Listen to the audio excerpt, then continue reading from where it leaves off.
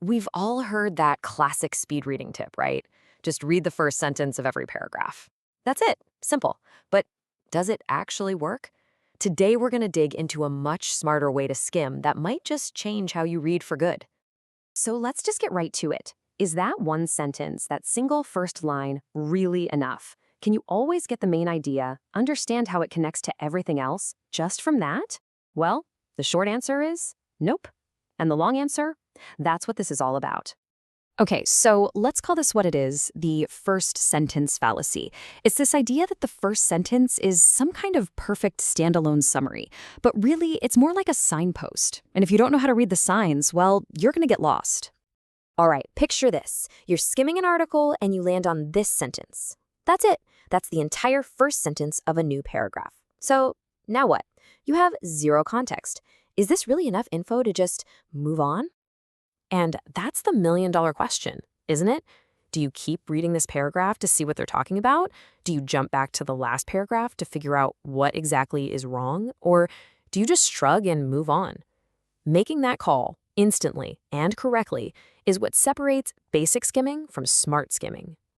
So this brings us to the heart of the whole technique. Instead of just passively reading that first sentence, you're going to actively make a choice every single time. And you only have three options. You'll decide if you have enough info, if you need to continue reading, or if you absolutely have to go back. And the process itself is super simple, like lightning fast. Step 1, you read that first sentence. Step 2, and this is the magic part, you spot a specific clue hidden in the words.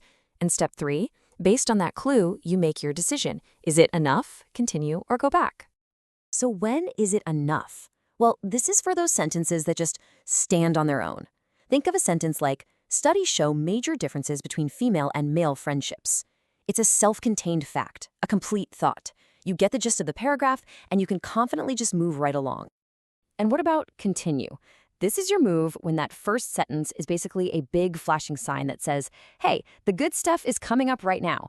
It's clearly setting you up for something important in that same paragraph. It's basically an invitation to keep reading, and you should probably take it. And now for the one most people miss, but it's maybe the most important. Go back. This is what you do when the sentence just makes no sense by itself. It's using words that are pointing backward, arguing with, or referring to the paragraph you just skipped. If you ignore this signal, that's how you completely misunderstand what you're reading.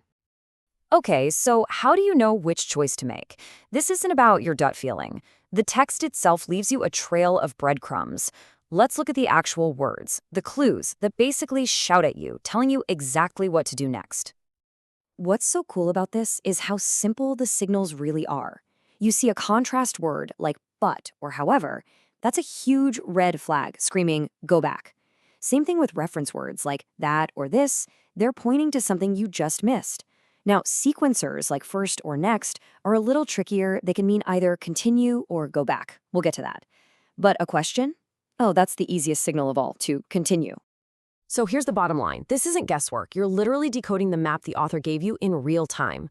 All the signals you need to read efficiently are already there. You just have to know how to spot them. All right, enough with the theory. Let's actually try this out with a few examples.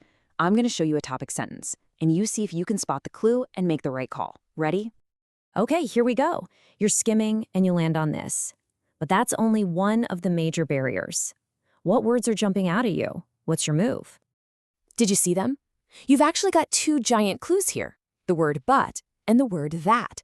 Each one is a little signpost pointing you somewhere. And your decision here has to be go back. It's a double whammy. But means it's disagreeing with something you just read, and that is pointing to a specific barrier that was obviously mentioned in the paragraph before. Without going back, this sentence is totally useless. Let's try another one. This one's a little more interesting.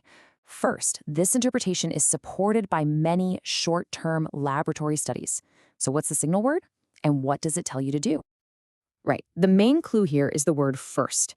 That's a sequencer. It's telling you you're at the beginning of some kind of list. And this is where it gets kind of cool. First can actually point you in two directions. If you want to see all the supporting points, yeah, you'd continue reading to find second, third, and so on. But first also tells you this is the beginning of evidence for something. What is this interpretation? To know that, you might have to go back to the previous paragraph to find the main claim. So your choice here really depends on what you're trying to get out of the text. All right, last example, and this one's a slam dunk. In a benign environment, isolated from modern civilization, what kind of society is likely to develop? What's the play here? Yeah, this is the easiest one of all. Your decision is to continue. No question. Whenever a paragraph starts with a direct question, the author is literally setting up a serve for you. The whole point of the next few sentences is to answer it. To skip past that would be a huge miss. So when you put it all together, what does it mean? It means you stop trying to read harder and you start reading smarter.